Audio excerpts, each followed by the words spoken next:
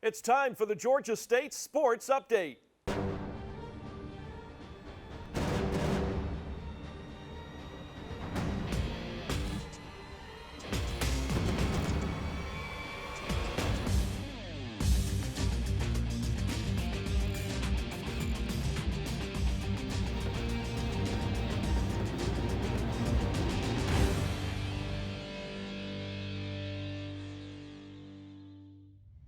Hi again, Panther fans. Dave Cohen joined by Georgia State's head football coach Trent Miles. The show this week on location again. We're over here in the brand spanking new weight room here at the Georgia State football practice facility. And Coach, I know you're pleased as punch. The show is on location this week, and you didn't have to go very far. Right here, just across the walkway from your office and the rest of the practice facility. And I know that you're happy to have this building right here behind us. About 30 steps for our players, so it's a great thing for our program, for recruiting, but for the development of our players.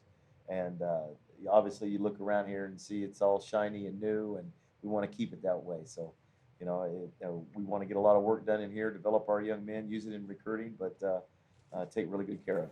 In the early days of the program, the players had to walk back and forth to the main campus, to the weight facility that's over there in the Georgia State Sports Arena. No longer, as you said, it's about a 20, 30 step walk from the practice field right in here where they can come in here and get their work done. And the nice thing is you don't have to schedule around anybody else's schedule. They can come in here basically whenever they would like. Right. We had, too many people in a too small of an area in the sports arena, and you can't have football in there. And then you got to have something here just for the development, but the time part. We get 4 hours a day. Yep. That's got to include your weights, your meetings, and your practice. And so for them to be able to, come here, go all the way over there, which is almost a mile, and then come back, and from the time factor, you were just wasting time. You couldn't get things done. So, it's very functional. It's very nice, and it'll really benefit our program. And obviously operating as a Sun Belt Conference program, we travel around, we play games on the road, we see what other schools in the league have, and it is a case of, I don't want to say, it's like keeping up with the Joneses. Somebody builds something new, everybody else is looking at it, hey, we've got to try to keep up. That's right. The situation we find ourselves in, and all programs find themselves in. Well, it was something we had to do, period, because we didn't have anything, so you had to start from somewhere. And we thank our administration for making sure that happened. But, for us, it's just keeping up. We throw everybody else out the window. It's what are they doing down south? Georgia Southern. You're talking about they're in our own state. And so recruits, we're going to fight for the same recruits. They're going to see what they have, and now they can see what we've got. And so we finally got on par and are able to, be able to keep up from that regard. Well, an off week on the schedule last week. We'll touch briefly because we've got some highlights to look at here in just a moment. But 61-28, the final score out at Oregon. A long way to go. As you and I have kidded, I don't think we'll be traveling west of the Mississippi anytime soon. To play a football game, but what were some of the positives you took out of the trip to Oregon, and you were able to come back and have a good week of practice getting ready for the homecoming game? Well, the number one thing was that no one got injured to end their season. Last year we went to University of Washington, and I think we got on the plane with 3 or 4 guys that had season-ending injuries. So this year we didn't lose anyone in that game. I think we showed that we can compete and play with a team of Power 5 caliber that competed for the national championship when we do things the right way. That game should be a lot closer if you don't have the 4 turnovers and 2 of them returned for touchdowns. And we're right there in the fourth quarter. We overthrow a guy who we felt would have ran his route a little bit better, would have scored a touchdown. And all of a sudden you got a 12-point game in the fourth quarter and still have turned the ball over. So, once we can cut out the turnovers and take care of the football, we can go out and line up, and our expectation is to beat anybody that we play. Real quick, 2 highlights from the game. The 75-yard pass play, Nick connects with Robert Davis. And then he's not a secret anymore. We've talked about him both on this show and on your radio show. Penny Hart, 9 catches, 128 yards. Yeah, Penny's been very explosive for us. He's a very good player, but he's also a great person. So he's the type of young man you love having around, and he's infectious. He spreads to everybody else his energy and excitement. All right, we're going to take a look at some highlights right now. Georgia State heading out west to take on the Ducks of Oregon. Again, the final 61-28.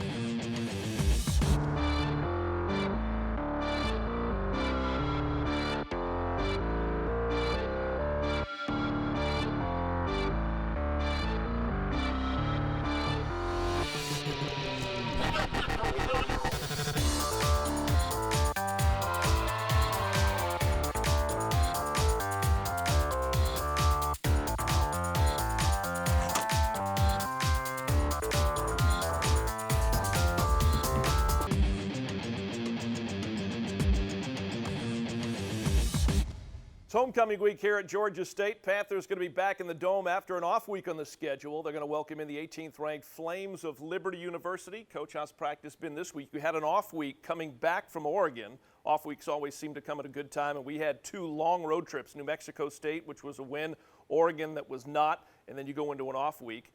And I say off week, really from a game standpoint only. You guys are still practicing and turning your attention, not only to getting better bumps and bruises, but turning your attention to really your 4th game. Yeah, we've got to get a lot better on the field, and we've got to go out and coach better. And we had to work on fundamentals and techniques and still our scheme. And we had a developmental scrimmage for the guys that don't play much and or redshirting, which was a very good day for us. And then, we got ahead on Liberty. So we've been working on them for 3 days last week and now this week. So, we should have a really good understanding of what we're doing as opposed to anything else. I mean, that's the most important thing. If our kids can lock in and understand their game plan and know their game plan and just worry about us, we'll be able to go out and execute extremely well. You mentioned a minute ago about one of the positives coming out of Oregon. Nobody was injured. Hopefully some good news around the corner. We saw Joel Ruiz catch a couple of passes at Oregon as he gets his way back. As you said, he may never be 100%, but we're going to get him back to the highest percentage that we can hopefully get him back. Donovan Harden, hopefully soon to come back. Avery Sweeting, hopefully on the way back. So hopefully you're going to get a little bit of an addition to the depth chart here with some of these guys coming back from injury. I think Avery and Donovan are working themselves into the position to be able to play this game. And Joel's getting better with each game. His knee's getting stronger and stronger each week. He still has a setback here and there. He can't practice as much as he really wants to. You got to go 2 days on, 1 day off. So he's working his way back into getting in that game shape. And you remember he missed the whole training camp, so he wasn't allowed to have any contact and really work through training camp. So he's working his way in there and getting stronger each week, and hopefully we get a few more guys back.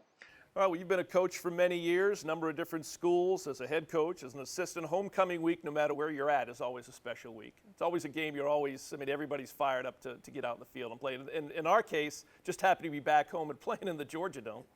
Well, we're glad to play anywhere we can, whether it's road or home. But, home has to feel that special feeling, and homecoming has to be that special time. Once you have a program established for a while, then the alumni start coming back and those kind of things. We're still in those early stages where we're trying to get people to come back, but there's not that many to get to come back yet. So it's fun.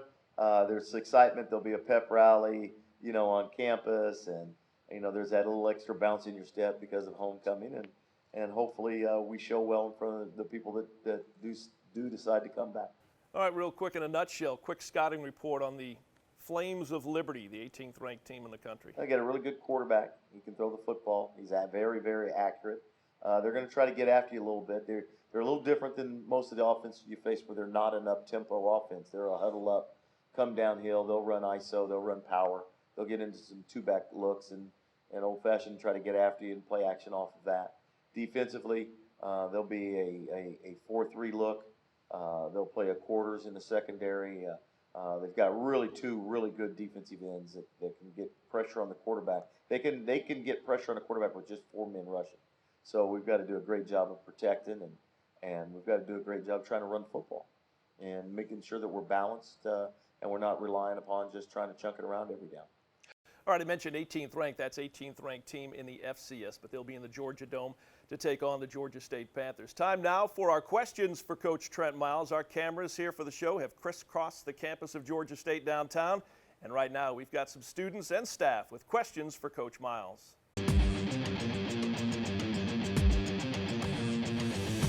My name is Melanie Fields, and I'm a journalism major here at Georgia State University. Here's my question. Is having a bye week during the football season a good thing or a bad thing? Having a bye week is great during the season. It gives us an opportunity to rest some of our guys. We still work, but as far as the contact and having a chance to get injured, it helps them out, lets their bodies heal a little bit. And then it also gives us an opportunity to scrimmage our developmental young men that aren't playing as much this year to go out and play within our system and not just off of a card and give the other teams look, but to go out and execute and play and actually have a major scrimmage and turn it into like a game and have some fun with it. So it's a great time for all of us. My name is Olivia Nelson, and I'm a journalism and English major at Georgia State. My parents met during homecoming. How did you meet your wife? And can you tell me a little bit about your family? Oh, I met my wife. She was the athletic academic advisor at the University of Notre Dame for football when I got there as the wide receivers coach. I met her probably in January. We started dating in March. On March 26th was our first date, 2002. And we dated a year, engaged the next year, married the next year, and we have 4 beautiful children. A 10-year-old daughter who plays tackle football, Kaylee, a 8-year-old daughter named Anna, a 7-year-old daughter named Charlie Elizabeth, and a 5-year-old boy named Noah Michael. So we've been together for many years now, and it's been fun. And that is the love of my life, and my family's about as important to me as there is anything. So, that's how we met, and that's a little bit about our family. My name is Cameron Hubbard. I'm a master's student in communication, and here's my question for Coach. Does homecoming have any impact on your preparation or motivation for a game? Well, yes, you want to have a little extra bounce in your step because homecoming means the alumni coming back to see you. That's a big thing, and we always want to play well for our alumni and represent our university the right way. But we really treat them every game the same. Every game in football, and college football is important. You only get 12 games to get a 13th. It's a little different than all the other sports. I mean, we'll play less, and our football players will play less in their career than baseball will in the season. So every Saturday is important, and you can't put too much on one and not enough emphasis on another. So each and every one of them are extremely important, and homecoming, just a little bit more energy around campus and around the alumni to get everybody excited.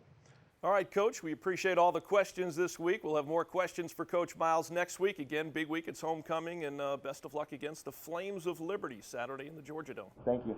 All right now it's a busy week at Georgia State. Again, it's homecoming, and right now here's an upcoming look at what's going on in Georgia State athletics here during homecoming week.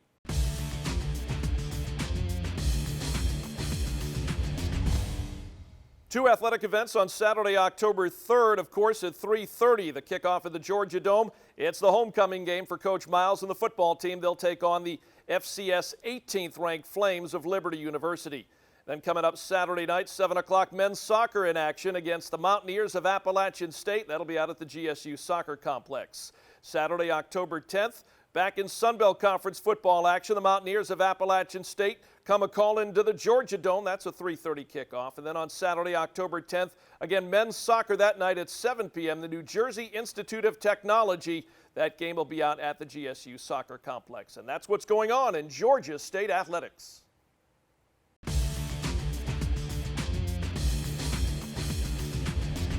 Joined right now by Christopher Robertson. He's the Assistant Director of University Events. And Christopher, thanks for joining us over here at the Weight Center here at the practice facility. Busy week, as we were talking with Coach Miles. It's always an exciting week when it's homecoming, and homecoming at Georgia State makes for a very busy week for yourself, the entire University Events staff. And boy, it's not just 1 or 2 days, it's the entire week. Oh yeah, definitely. What does it start out with? You had a very busy Monday. It starts out with Good Morning Georgia State. Yeah, Good Morning Georgia State was our kickoff event. It was open to faculty, staff, and students. We were set up in Unity Plaza at the Student Center, handing out breakfast and giveaways and just getting everyone pumped up for the week. It was also our kickoff day for our canned food drive. We work with our Office of Civic Engagement. We collect canned goods across campus. And at the end of the year, in December, we will do some large donation to the Salvation Army. And if you're a student at Georgia State or really anywhere on a campus across the country, who doesn't like free food? So on one hand, you're giving out food. On the other hand, you're collecting it as well, which is you're doing good on both ends, right? You can't get any better than that. And then it moves on. You guys had a big blood drive, and that's a big event. I know the Georgia State Athletic Department is involved as well with that, which goes, obviously, it's a very worthy but very important cause. Exactly. We have 2 locations, or had 2 locations for the blood drive. The sports arena and at the University Commons, and it runs all day. So it gives everyone on campus plenty of opportunity to donate. And we do this every year with the American Red Cross. So it's a really good community service opportunity for our campus.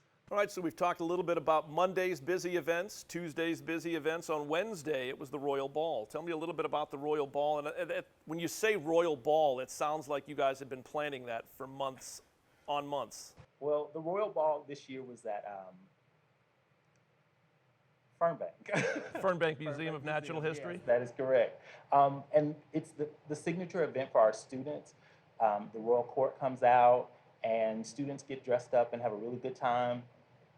Spotlight does a lot of the legwork on that, but it always comes out amazing. The students always have a great time, good food, good music. They look great. They post on social media, of course, and everyone just has an awesome time.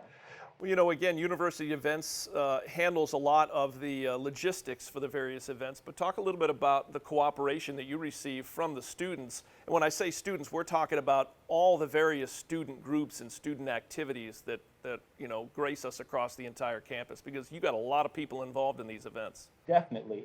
We're actually trying to build that participation, working with student activities and the different student organizations on campus, working with Spotlight, Athletics, the Alumni Association. This year we tried to bring in the freshman learning communities and the living learning communities in our residence halls, just trying to engage the freshmen definitely during their first year so it becomes ingrained in them through their tenure here at Georgia State, so that we have that fan base for homecoming and all of the athletic activities on campus as they matriculate through the university. Of course, one thing too that has changed at Georgia State and is changing is the fact that there are so many more students living on campus that affinity is at an all-time high, and your participation amongst the students is a little different than, say, it was when I was a student at Georgia State, which was throughout the 80s and the early 90s. Now you've got students that are living on campus and they're involved in a whole lot more activities because they're down there all day and night. Definitely, definitely. And how does that make your job easier?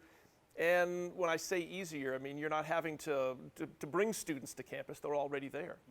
It does help, especially since student activities is so involved in engagement of the students. It does really help our office when we're trying to come up with new ideas and ways to get the students involved.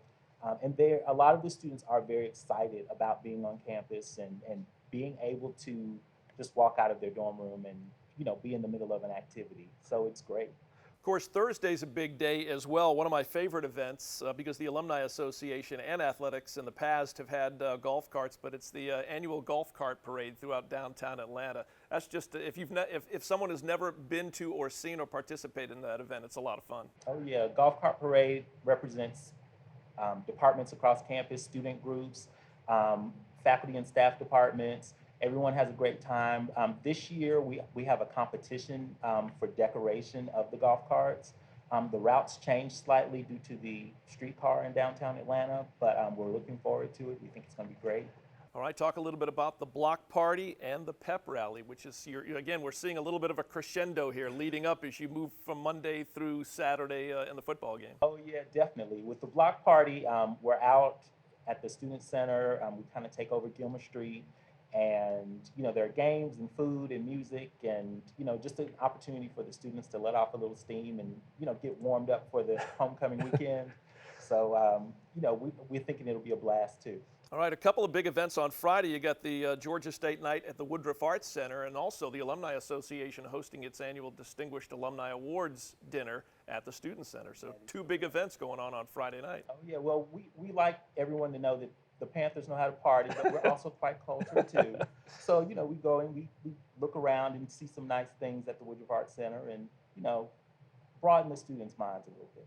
All right, again, coming up Saturday, of course, the Alumni Association hosting its tailgate in the West Plaza, right in between the Georgia Dome and the World Congress Center. You got the game, Georgia State and Liberty, and then you got a comedy show. What's that about? Spotlight's hosting a comedy show, along with athletics, actually, in the ballroom, in the Student Center ballroom. At 8 p.m. and they've got a great lineup, so we're thinking that everyone will enjoy that immensely as well. All right, well, Christopher, looking forward to an action-packed weekend here at Georgia State and at the Georgia Dome. Appreciate you joining us, and great job on all the events going on this week. Thanks, Dave. All right, I want to thank Christopher Robertson, Assistant Director, University Events, joining us here. Going to turn our attention now to women's soccer. They're off to a great start, 8 wins, 1 loss, 2 ties, currently holding down first place in the Sun Belt Conference It all started back with their preparation prior to the season, and our camera's going to take you behind the scenes as to how the women's soccer team got ready for 2015.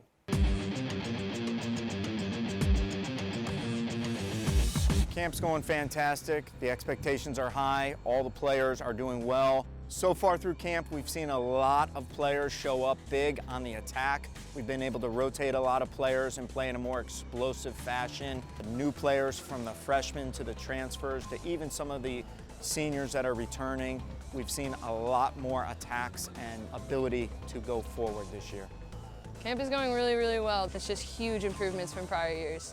I definitely don't think practice makes perfect, but it does help you with your nerves. We practice all the time, just trying to get better every single day. Honestly, like previous years we came in, we had to do 1v1s, like fitness with the ball, like zigzags, 50 yards, just always dying. And this time we gotta like go at each other and have fun with it instead of working on the things that we should have already worked on. Our coaches offer to come out early to help us with some of our weaknesses, just so we can strengthen up every aspect of our game. And so I think that definitely has helped us with our games lately and being sound in our technique and our touches. I love the program. I actually transferred from Georgia Southern my freshman year, which is like, you know, probably not allowed. You know, it's a bit of a rival, but you know, I came here and everybody was just super accepting. Derek's just molded me as a player and as a person, really matured, and it's like, you know, try to learn things the hard way, but he makes sure that you just take the right steps, and he makes you a better person and a better soccer player. It's really nice. I think it's always difficult for new players to come into camp. It's an unknown for any freshmen who are coming to know where they belong, where they fit, what's right and what's wrong, but our freshmen have done a fantastic job. The upperclassmen are a big help. You know, coming in as a freshman, you're obviously going to be nervous, especially my size. You know, there's not many players who are my size who come in to play college. I chose Georgia State because the coaches were very professional. You know, I went on visits to other schools and things weren't as professional, but things here really, it felt like home. You know, you go somewhere, and like I'm from Louisiana, so obviously I'm not used to a big city. Coming from high school, this is obviously a lot different and you learn a bunch of new things, but coming from club soccer, there's no difference really, because you're expected to play at your best at all times. You're expected to do what you normally do. It's just always a competition, so you're always having to work hard. Really, this camp has been about the competitiveness. There's lots of players that have stood out, and we're going to be able to rotate the squad right now. It's about the team. The outside backs really coach you up a lot during games. They calm you down. They tell you, you know, good job, pick your head up, do whatever you need to do. And there's always players surrounding you that are willing to help you. And they're all from different parts of soccer. So learning something new from a player is actually kind of unique because everyone knows something different, something you didn't know. The difference between high school practice and college practice is there is a lot more competition, obviously, but there's also people here who are determined to win, who want to play soccer, who are worried about their academics. It's hard work doing both at the same time, but most of the professors are very understanding. They send you emails and they work with you, and then we have academic advisors that, you know, make sure that they know that you're an athlete and that you're getting all your stuff done when you're doing practice. You get back to an email saying, by the way, you got a test, don't miss it. And it's just really helpful to have people on your team besides the team. I mean, I just don't see like how I couldn't be prepared after balancing 3 hours of practice, 2 hours of study hall, and 4 hours of classes a day. I mean, it's basically already a full-time job. It makes me excited almost to take the next step and not scared to graduate, which is, you know, which is cool because most people are ready to stay in college for their whole life.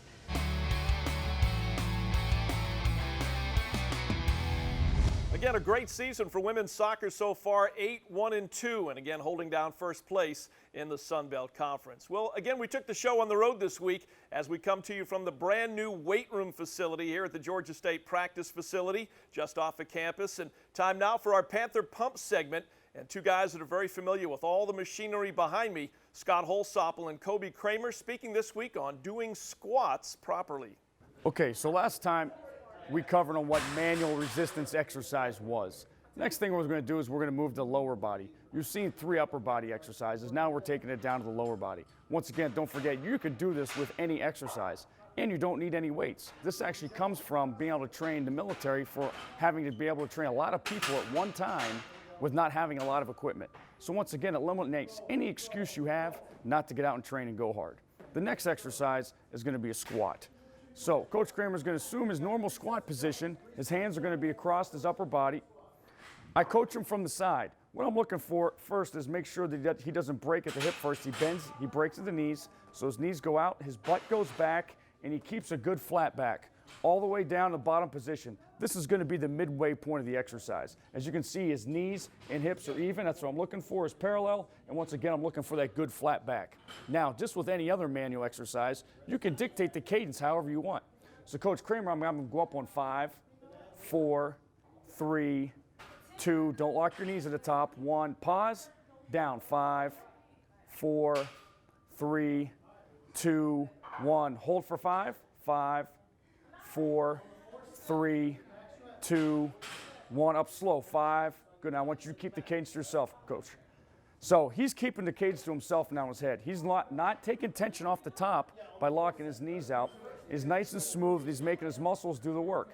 Now also, while he's keeping his cadence, I'm looking for his form to break down. Okay, if you're dealing with a really strong athlete, you might want to add some type of resistance to it. All I have to do is get behind him and push his hips down. So at the bottom, I'm trying to push his hips below parallel. He's trying to keep them. I can feel the tension of him pushing up. He's driving up against me. He's keeping his back flat. His knees are bent at the top. He's keeping that same cadence. So I'm driving him down, and I'm holding him down there. So I'm pushing him down at the bottom, making him push up all the way through. Good, Coach. Keep going. Give me 2 more good reps. 2 more good reps here. Down nice and tight. Once again, I can push, make it harder, make it harder. Good. I want to make sure you lead with that chest on the way up, lead with that chest on the way up, lead with that chest on the way up. Perfect. 1 more rep, Coach. 1 more rep. Down slow. Driving through, driving through, driving through. Good pause right there. Hold it. 5, 4, 3, 2, 1. Big drive up, big drive, big drive, big drive, and good. Now, once again, you can set your rep protocols. You can do 5 complete reps with up 5, down 5, hold 5, and then eventually I can show you some other variations as well in later episodes of how we can add some creativity to it and actually making it more difficult. But once again, every exercise you've seen to this point, we've used no weight so far. Because once again, that's something that you move into. A lot of the things that you've seen in commercials in different areas are for advanced lifters. I like starting to make sure that you can do the very basics and the fundamentals and do them the right way, hard, every time before we move on to more difficult things. All right, we want to thank Scott and Kobe for showing us how to include squats in our workout regimen. They'll be back next week with another segment of Panther Pumps. Big football game coming up in the Georgia Dome on Saturday. Kickoff at 3:30. Georgia State and the Flames of Liberty. Want to thank head coach Trent Miles for joining us on the show this week, all of our guests and the entire crew. I'm Dave Cohen. We'll see you right here next week on the Georgia State Sports Update.